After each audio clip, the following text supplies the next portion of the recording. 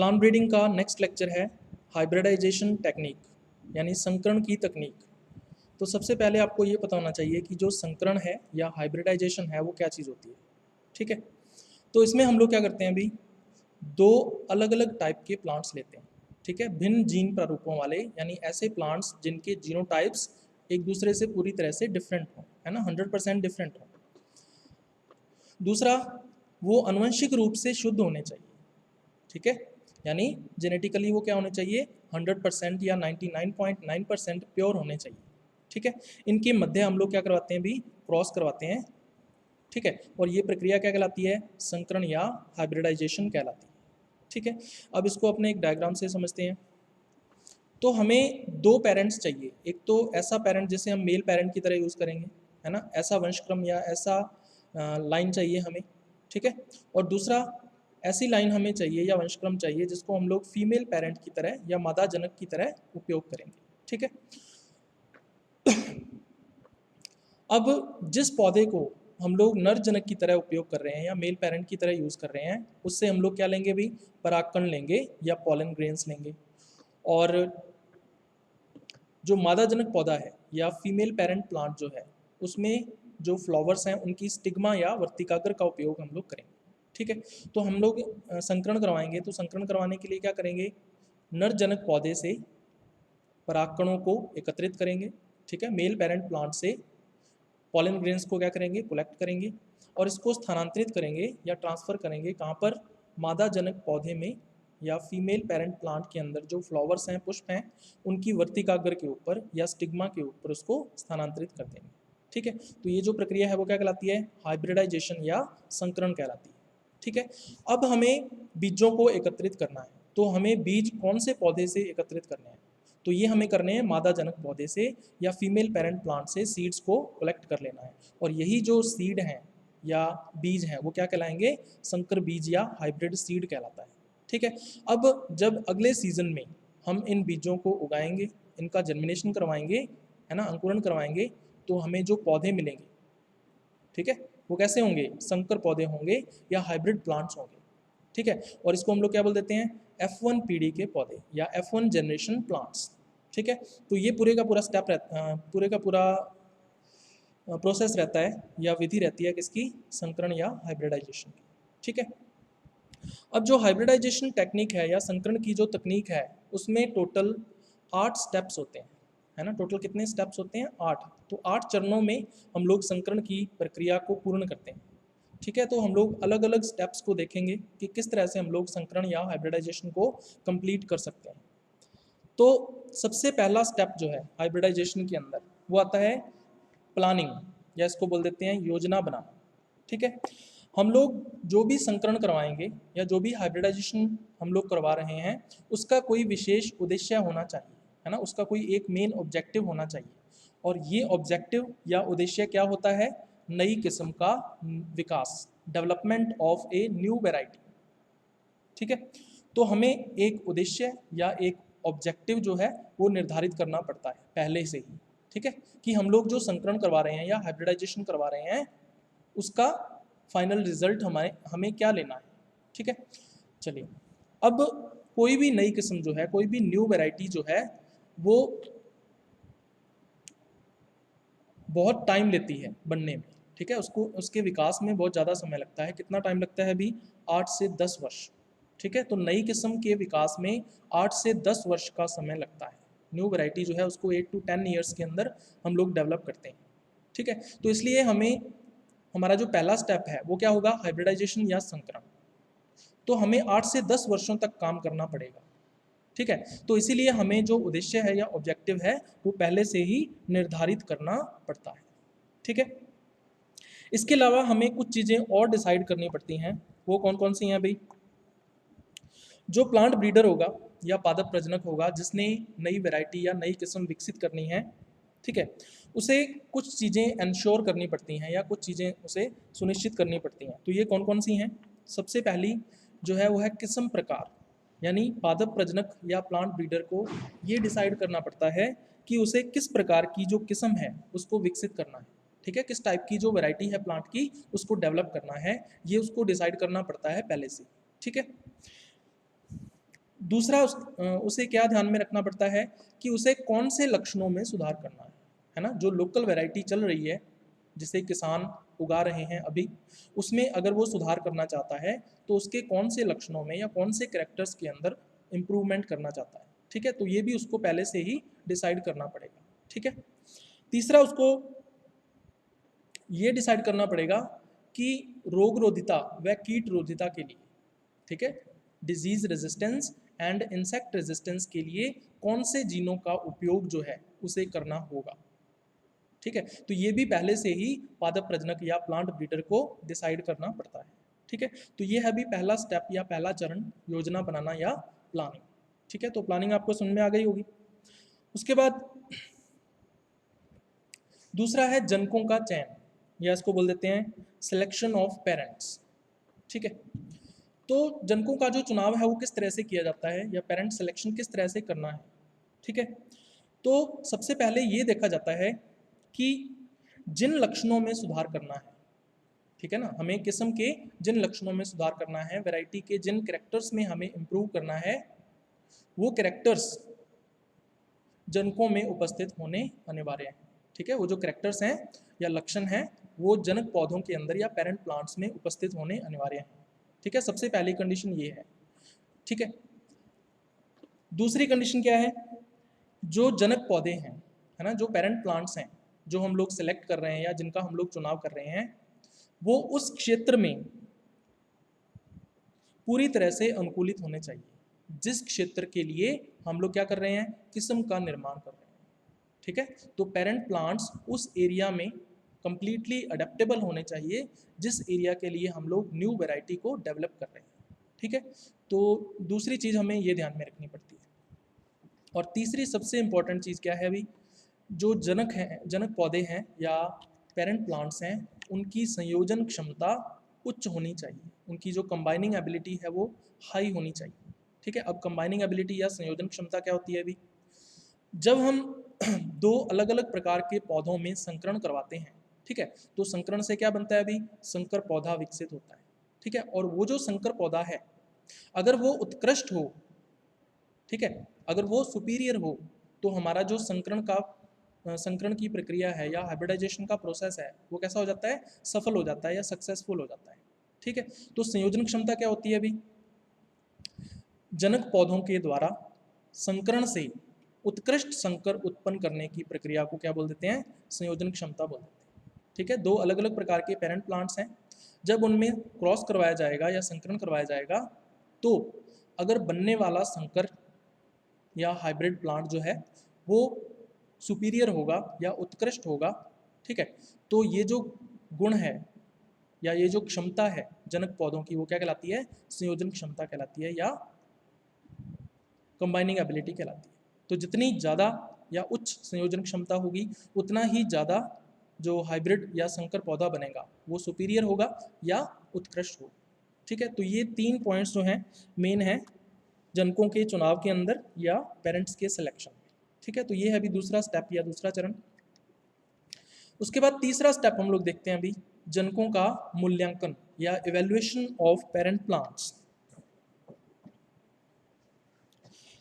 तो जो parent plants हैं अभी उनका इवैल्यूएशन किस तरह से करते हैं, उनका इवैल्यूएशन करते हैं हम लोग जिस क्षेत्र के लिए किस्म तैयार कर रहे हैं, ठीक है, उस क्षेत्र में हम लोग क्या करते हैं, जो जनक पौधे होते हैं या पेरेंट प्लांट्स होते हैं उनको उगाते हैं। कितने टाइम के लिए, 1 से 2 वर्षों के लिए या 1 to 2 ईयर्स के लिए हम लोग उसको ग्रो करवाते हैं उस एरिया में जिस एरिया के लिए हम लोग क्या कर रहे हैं, किस्म को डेवलप कर रहे हैं। ठीक है, और फिर हम लोग क्या देखते हैं अभी, परफॉर्मेंस देखते हैं।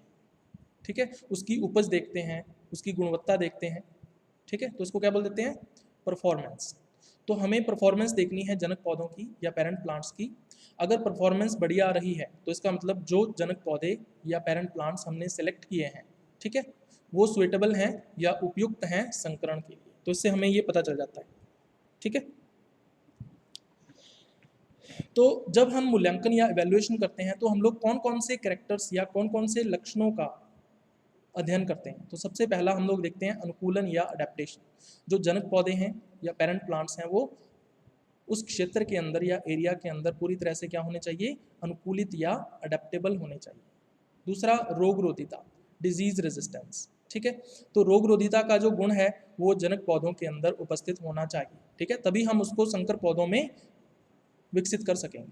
तीसरा कीट रोधिता या इंसेक्ट रेजिस्टेंस, तो ये जो गुण है कीट रोधिता का, ये जनक पौधों के अंदर या पेरेंट प्लांट्स के अंदर उपस्थित होना चाहिए। चौथा भौतिक मिश्रण या फिजिकल मिक्सचर, ठीक है।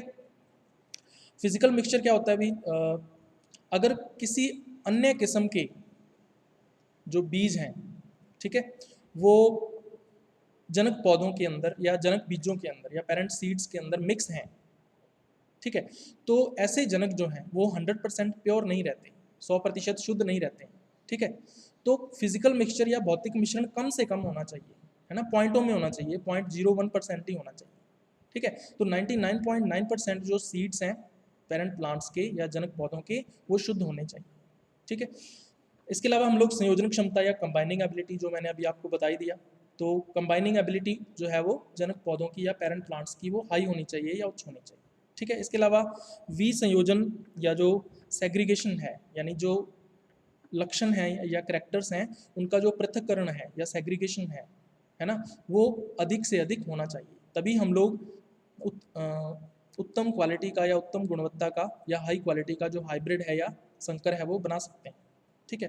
तो ये 6 पॉइंट्स हैं जिनके आधार पर या जिनके बेस पर हम लोग क्या करते हैं, इवैल्यूएशन या मूल्यांकन करते हैं जनक पौधों, ठीक है अभी। तो ये था अभी तीसरा स्टेप। उसके बाद चौथा स्टेप आता है विपुंसन, या इसको बोल देते हैं अभी इमैस्कुलेशन। तो विपुंसन या इमैस्कुलेशन जो है वो आपने पहले भी सुना होगा। तो ये क्या चीज़ होती है अभी, हमें क्या करना है, एक बाइसेक्सुअल फ्लावर लेना है, एक द्विलिंगी पुष्प लेना है, ठीक है। द्विलिंगी पुष्प कौन सा होता है अभी, ऐसे पुष्प जिनमें पुंकेसर व स्त्री केसर दोनों उपस्थित होते हैं, ठीक है। बाइसेक्सुअल फ्लावर हमें लेना है। बाइसेक्सुअल फ्लावर कौन सा होता है, जिसमें स्टामेन्स एंड कार्पेल्स ये दोनों के दोनों एक ही फ्लावर के अंदर या पुष्प के अंदर उपस्थित होते हैं, ठीक है। तो द्विलिंगी पुष्प या बाइसेक्सुअल फ्लावर्स में ज़्यादा चांसेस रहते हैं किस चीज़ के, स्वपरागण के या सेल्फ पॉलिनेशन के, जबकि हम लोग क्या करवाना चाहते हैं अभी, कृत्रिम रूप से पर परागण करवाना चाहते हैं या कृत्रिम रूप से आर्टिफिशियली हम लोग क्रॉस पॉलिनेशन करवाना चाहते हैं। तो अगर बाइसेक्सुअल फ्लावर्स हैं, द्विलिंगी पुष्प हैं, तो उनमें स्वपरागण या सेल्फ पॉलिनेशन अपने आप हो सकता है, ठीक है। तो हमें इसे रोकना है, तो रोकने के लिए हम लोग क्या करेंगे भी, जो परागकोश हैं या पुंकेसर हैं, यानी कि एंथर्स या जो स्टामेन्स हैं उनको काउंट करके, ठीक है, और फिर उनको रिमूव कर देते हैं या हटा देते हैं, ठीक है। और यही प्रक्रिया क्या कहलाती है अभी, विपुंसन या इमैस्कुलेशन कहलाती है, ठीक है। तो उसको हम लोग किस तरह से परिभाषित करते हैं अभी, परागकणों के परिपक्व होने से पहले, ठीक है, जो पॉलन ग्रेन्स हैं उनके मैच्योर होने से पहले जो परागकोश या पुंकेसर हैं, यानी कि जो एंथर्स या स्टामेन्स हैं, उनको किसी द्विलिंगी पुष्प से या बाइसेक्सुअल फ्लावर से निकाल देना या रिमूव कर देना क्या कहलाता है, इमैस्कुलेशन या विपुंसन कहलाता है, ठीक है। और इसका मुख्य उद्देश्य क्या होता है अभी, विपुंसन या इमैस्कुलेशन का स्वपरागण को रोकना, ठीक है, हमें सेल्फ पॉलिनेशन नहीं होने देना है, इसीलिए हम लोग विपुंसन या इमैस्कुलेशन करते हैं, ठीक है।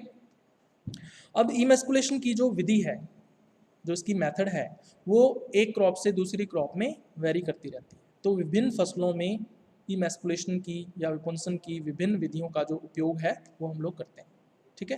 तो डिफरेंट क्रॉप्स में different methods of emasculation use की जाती हैं। चलिए, तो ये था अभी फोर्थ स्टेप हाइब्रिडाइजेशन का या संकरण का। उसके बाद नेक्स्ट देखते हैं हम लोग। तो इस डायग्राम के अंदर आप लोग देख सकते हो हमें क्या करना है अभी, कैंची की सहायता से या सीजर की सहायता से जो पुंकेसर हैं या स्टामेन्स हैं इनको काट देना है या हटा देना है, और यही प्रोसेस क्या कहलाता है, इमैस्कुलेशन या विपुंसन कहलाता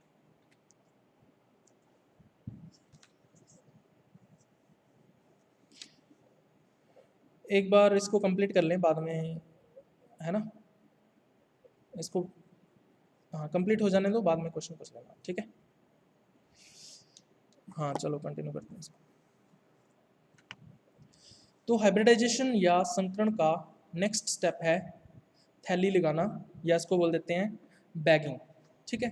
तो हमें क्या करना है अभी, जिस पुष्प का या जिस फ्लावर का हमने इमैस्कुलेशन किया है या विपुंसन किया है उसको थैली से ढक देते हैं, ठीक है, उसको बैग से कवर कर देते हैं।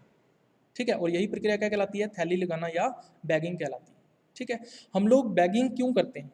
हम लोग बैगिंग करते हैं अनियंत्रित पर परागण को रोकने के लिए। ठीक है, अनकंट्रोल्ड क्रॉस पॉलिनेशन को रोकने के लिए। ठीक है, आपको पता होगा कि जो पॉलन ग्रेन्स हैं वो इंसेक्ट्स के द्वारा यानी कीटों के द्वारा या हवा के द्वारा, वायु के द्वारा, ठीक है, एयर के द्वारा एक प्लांट से दूसरे प्लांट पर जा सकते हैं। मान लीजिए किसी दूसरी किस्म का जो परागकण है वो आकर परागण कर रहा है, पर परागण कर रहा है, क्रॉस पॉलिनेशन कर रहा है। ठीक है, तो इससे होगा क्या भाई?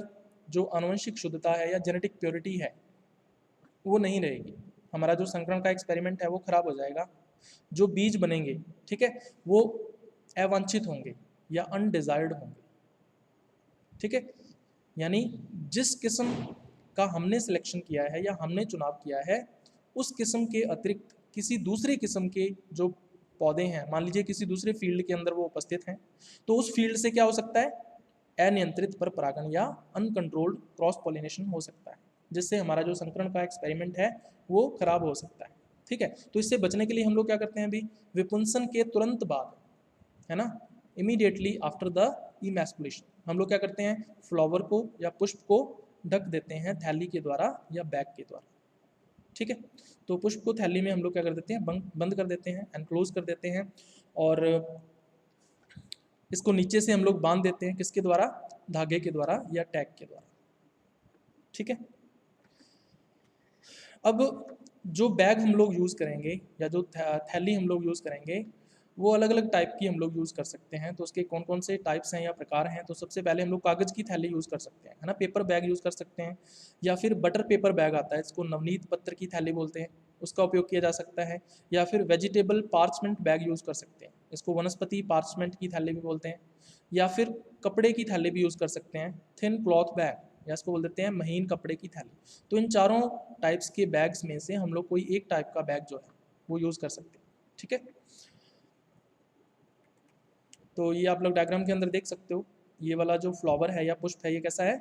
इमैस्कुलेटेड है या विपुंसित है। तो इसको विपुंसन के तुरंत बाद हमने थैली से इसको ढक दिया है। ठीक है, और नीचे धागे से, थ्रेड से इसको बांध दिया है।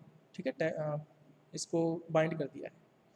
ठीक है, तो अब कोई भी अवांछित जो परागकण है या अनडिजायर्ड जो पॉलन ग्रेन है वो इस पुष्प तक, इस इमैस्कुलेटेड फ्लावर तक या विपुंसित पुष्प तक नहीं पहुंच सकता। ठीक है, तो ये थैली क्या करती है? अभी एक बैरियर की तरह या एक बाधा की तरह कार्य करती है। ठीक है, चलिए, तो ये था अभी 5th स्टेप, थैली लगाना या बैगिंग। चलिए, उसके बाद नेक्स्ट स्टेप है इसका 6th स्टेप जो है, इसको टैग लगाना या टैगिंग बोल देते हैं। तो हम लोग क्या करते हैं? अभी जिस फ्लावर का हमने विपुंसन किया है यानी इमस्कुलेशन किया है और जिसकी हमने बैगिंग की है या थैली से उसको ढका है, ठीक है, उस फ्लावर की हम लोग टैगिंग करेंगे। टैगिंग का मतलब ये होता है कि हम लोग उससे संबंधित जो भी जानकारी है, ठीक है, कौन कौन सी जानकारी है वो हम लोग बताएंगे अभी। उससे संबंधित, संकरण से संबंधित जो भी जानकारी है वो हम लोग एक कागज के टुकड़े के ऊपर लिखकर, ठीक है, और उसको धागे की सहायता से हम लोग जो फ्लावर का पेडिसल होगा या पुष्प का जो डंठल होगा उसके साथ बांध देंगे। ठीक है, और यही प्रक्रिया क्या कहलाती है? अभी टैग लगाना या टैगिंग कहलाती है। तो इसके अंदर कागज का एक टैग जो है वो पुष्प वृंत के साथ या पेडिसल के साथ बांध दिया जाता है। ठीक है, अब ये जो टैग है इसका आकार कितना हो सकता है? अभी या तो देखो इस डायग्राम के अंदर आपको दिख रहा होगा, या तो हम लोग चौकोर या इसको बोल देते हैं वर्गाकार, है ना, रेक्टेंगुलर जो टैग है वो यूज़ कर सकते हैं। इसकी लंबाई कितनी होनी चाहिए? 3 सेंटीमीटर, और इसकी विड्थ जो है वो 2 सेंटीमीटर हो सकती है। ठीक है, और या फिर हम लोग क्या कर सकते हैं? अभी सर्कुलर टैग यूज़ कर सकते हैं, वृत्ताकार टैग यूज़ कर सकते हैं, जिसका व्यास कितना होगा? अभी 2 से 3 सेंटीमीटर होगा। ठीक है, और फिर यहाँ पे एक होल करके, एक छिद्र करके और धागे की सहायता से इसको बांध दिया जाता है। कहाँ पर? इमैस्कुलेटेड फ्लावर जो है उसके पेडिसल पर, ठीक है, विपुंसित पुष्प के पुष्पवृंत पर। अब ये जो टैग है, ठीक है, इसमें हमें कौन कौन सी जानकारी जो है वो लिखनी है। तो सबसे पहले विपुंसन की तिथि या इमेस्कुलेशन की डेट, जिस डेट को हमने विपुंसन किया था, ठीक है, उस डेट को या दिनांक को हमने लिख देना है सबसे पहले ऊपर की तरफ। उसके बाद दूसरा जो पॉइंट हम लोग लिखेंगे वो क्या लिखेंगे, परागण की तिथि, हमने पॉलिनेशन जो है वो किस डेट को करवाया था उसकी तिथि लिख देंगे, दिनांक लिख देंगे। तीसरा हम लोग क्या लिखेंगे, नर व मादा जनकों के नाम, ठीक है, जो नर जनक है उसका नाम क्या है और जो मादा जनक है उसका नाम क्या है, इनके अलग अलग जो नाम हैं वो हम लोग टैग के ऊपर लिख देते हैं। इसके अलावा और भी जानकारी जो है वो टैग के ऊपर दी जा सकती है, जैसे नर जनक जो है उसकी किस्म कौन सी है, मादा जनक की किस्म कौन सी है, ठीक है। तो इस तरह से और भी जानकारी जो है वो टैग के ऊपर लिखी जा सकती है। तो ये है अभी 6th स्टेप, टैग लगाना या टैगिंग। उसके बाद नेक्स्ट 7th स्टेप है अभी कृत्रिम परागण, या इसको बोल देते हैं आर्टिफिशियल पॉलिनेशन। तो हमें क्या करना है, अब नर जनक पौधे से परागकणों को एकत्रित करना है, यानी मेल पेरेंट प्लांट से पॉलन ग्रेन्स को कलेक्ट करके, और फिर मादा जनक पौधा जो है या जो फीमेल पेरेंट प्लांट है उसके फ्लावर्स में, उसके इमेस्कुलेटेड जो फ्लावर्स थे या जो विपुंसित पुष्प थे उनकी वर्तिकाग्र के ऊपर हमें इन परागकणों को स्थानांतरित कर देना है, ठीक है, स्टिग्मा के ऊपर हमें इन पॉलेंस को ट्रांसफर कर देना है, ठीक है। और ये प्रक्रिया क्या कहलाएगी भी, आर्टिफिशियल पॉलिनेशन या कृत्रिम परागण कहलाएगी। तो जो मेल पेरेंट प्लांट होगा या नर जनक पौधा होगा उससे हमें परागकणों को एकत्रित करना है या पॉलन ग्रेन्स को कलेक्ट करना है। लेकिन ये जो पॉलन ग्रेन्स हैं या परागकण हैं ये कैसे होने चाहिए, परिपक्व व उर्वर, यानी मैच्योर एंड फर्टाइल पॉलेंस जो है वो हमें कलेक्ट करने हैं, ठीक है। उसके बाद फिर हम लोग क्या करेंगे, जो विपुंसित मादा पुष्प होगा यानी कि इमेस्कुलेटेड जो फीमेल फ्लावर होगा उसकी वर्तिकाग्र पर या उसकी स्टिग्मा के ऊपर हम लोग क्या करेंगे, इन परागकणों को छिड़क देंगे, ठीक है, या इनकी स्प्रेडिंग कर देंगे, ब्रश की सहायता से भी कर सकते हैं, वो अलग अलग फसलों के अंदर अलग अलग रहता है, अलग अलग क्रॉप्स में ये वेरी करता रहता है, ठीक है। तो हमें पॉलिनेशन या कृत्रिम परागण करने के लिए क्या करना होगा, जो थैली लगाई थी हमने या जो बैग लगाया था उस बैग को सावधानी पूर्वक हटा लेते हैं, ठीक है। एक बार हटा दिया हमने, कृत्रिम परागण कर दिया, आर्टिफिशियल पॉलिनेशन कर दिया, और पॉलिनेशन के तुरंत बाद ही फिर वापस हम लोग क्या करते हैं, उस पुष्प को थैली के द्वारा ढक दिया जाता है या बैग के द्वारा ढक दिया जाता है, ठीक है। तो रीबैगिंग करते हैं या पुनः हम लोग उसको थैली से ढक देते हैं, ठीक है, ताकि कोई अवांछित परागकण या कोई अनडिजायर्ड पॉलन ग्रेन जो है वो स्टिग्मा पर या वर्तिकाग्र पर न आ सके, ठीक है। तो ये प्रक्रिया हमें करनी है आर्टिफिशियल पॉलिनेशन या कृत्रिम परागण के अंदर। और जो परागण है या पॉलिनेशन है वो कब किया जाता है, तो ये किया जाता है मॉर्निंग टाइम में, प्रातःकाल 7:30 से लेकर 10 बजे के मध्य जो है वो परागण या पॉलिनेशन जो है वो किया जाता है, ठीक है। तो ज़्यादातर पॉलिनेशन इसी टाइम जो है वो किए जाते हैं। अब मैंने आपको बताया कि अलग अलग फसलों के अंदर या अलग अलग क्रॉप्स के अंदर जो पॉलिनेशन की मेथड है ना, या परागण की जो विधि है वो परिवर्तित होती रहती है, ठीक है।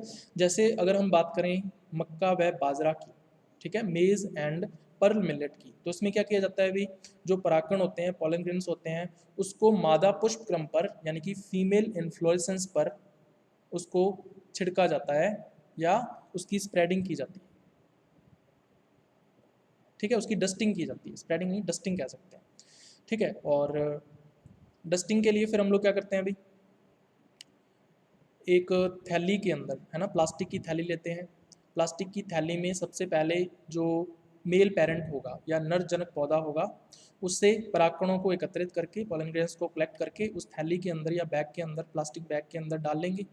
अब इस बैग को या इस थैली को, ठीक है, हम लोग क्या करते हैं, जो मादा पुष्पक्रम होता है या फीमेल इन्फ्लोरेसेंस होता है उसके ऊपर चढ़ा देते हैं, ठीक है। इससे होगा क्या, जो परागकण हैं उनकी डस्टिंग हो जाएगी या वो उनका छिड़काव हो जाएगा किसके ऊपर, मादा पुष्पों के ऊपर या फीमेल फ्लावर्स के ऊपर, ठीक है। तो मक्का व बाजरा के अंदर या मेज़ व पर्ल मिलेट में इस प्रकार से पॉलिनेशन या परागण किया जाता है। दूसरा कपास व भिंडी की बात करते हैं, कॉटन एंड, इसको लेडीज़ फिंगर बोल देते हैं, ठीक है, या ओकरा भी बोल देते हैं भिंडी को। तो इसमें क्या किया जाता है, अभी जो परागकण हमने एकत्रित किए हैं या जो पॉलन ग्रेन्स हमने कलेक्ट किए हैं नरजनक पौधे या मेल पेरेंट प्लांट से, उसको ब्रश की सहायता से या ब्रश के द्वारा हम लोग क्या करते हैं, वर्तिकाग्र पर डाल देते हैं या स्टिग्मा पर डाल देते हैं मादाजनक पौधे की, है ना, या फीमेल पेरेंट प्लांट की। ठीक है, तो ब्रश के द्वारा पॉलिनेशन करवाया जाता है कपास व भिंडी के अंदर। ठीक है, कॉटन एंड ओकरा या लेडीज फिंगर के अंदर। ठीक है, तो ये है दूसरी मेथड या दूसरी विधि परागण की। इसके अलावा तीसरी अगर अपने बात करें जौ व गेहूं में, है ना, यानी बार्ले एंड व्हीट जो क्रॉप है उसमें हम लोग किस प्रकार से करते हैं, जो फटने वाले परागकोश होते हैं या जो एंथर्स होते हैं, है ना, जो डेहिसेंस होने वाले होते हैं, ठीक है, उनको हम लोग क्या करते हैं, अभी स्पाइकिकाओं में डाल देते हैं या स्पाइकलेट्स के अंदर उनको इंसर्ट करवा देते हैं। तो अब हमें क्या करना है, परागकोशों को यानी कि जो एंथर्स होंगे उनको हमें इंसर्ट करवाना है कहाँ पर, फीमेल स्पाइकलेट्स के अंदर या मादा स्पाइकिकाओं के अंदर। ठीक है, तो ये तीसरी विधि है परागण या पॉलिनेशन की। तो इस तरह से जो परागण की विधि है वो अलग अलग फसलों में परिवर्तित होती रहती है। ठीक है, तो ये है अभी 7वां स्टेप। तो यहाँ पे देख सकते हो आप, ब्रश की सहायता से हम लोग, जैसे मान लीजिए ये मटर है, वैसे मटर का पुष्प होता है, तो मटर में भी जो परागकण है या पॉलन ग्रेन्स हैं उनको ब्रश की सहायता से स्थानांतरित किया जाता है स्टिग्मा के ऊपर। तो ये एंथर्स हैं, है ना, ब्राउन कलर के दिख रहे होंगे आपको। और इस ब्रश की सहायता से पहले एंथर से हम लोग क्या करते हैं, कलेक्ट कर लेते हैं परागकणों को या पॉलन ग्रेन्स को, और फिर जो मादाजनक पौधा होगा उसका जो इमेस्कुलेटेड फ्लावर होगा, है ना, ये विपुंसित पुष्प है। देखो यहाँ पे आपको पुंकेसर नहीं दिख रहे होंगे या स्टामेंस नहीं दिख रहे होंगे, इसका मतलब ये विपुंसित पुष्प है, लेकिन इसके अंदर वर्तिकाग्र या स्टिग्मा जो है वो उपस्थित है। तो स्टिग्मा के ऊपर हम लोग ब्रश की सहायता से क्या कर देते हैं, इन पॉलन ग्रेन्स को या परागकणों को स्थानांतरित कर देते हैं। ठीक है, तो ये मटर के अंदर शो किया हुआ है। भिंडी जो है यानी ओकरा जो है उसमें भी ऐसे ही होता है, कॉटन में भी इसी तरह से, यानी कपास के अंदर भी इसी तरह से हम लोग पॉलिनेशन या परागण जो है वो करवाते हैं। उसके बाद लास्ट स्टेप जो है जो हाइब्रिडाइजेशन है या संकरण है, उसका जो लास्ट स्टेप है वो क्या है, F1 बीजों का एकत्रण या कलेक्शन ऑफ F1 सीड। ठीक है, तो हमें बीजों को एकत्रित करना है, और मैंने ये आपको शुरू में ही बता दिया था कि हमें बीजों को कौन से जनक से एकत्रित करना है, मादा जनक पौधों से या फीमेल पेरेंट प्लांट से ही हमें सीड्स को कलेक्ट करना है। ठीक है, अब बीजों को एकत्रित कर लिया, वो बीज कैसे होंगे, भी संकर बीज होंगे या हाइब्रिड सीड्स होंगे। अब इन हाइब्रिड सीड्स को हमें क्या करना है, सुखाना है या ड्राई करना है ना, तो कृत्रिम रूप से हमें क्या करना पड़ेगा, इन्हें सुखाना पड़ेगा, ड्राई करना पड़ेगा, ताकि हम इन्हें स्टोर कर सकें या भंडारित कर सकें।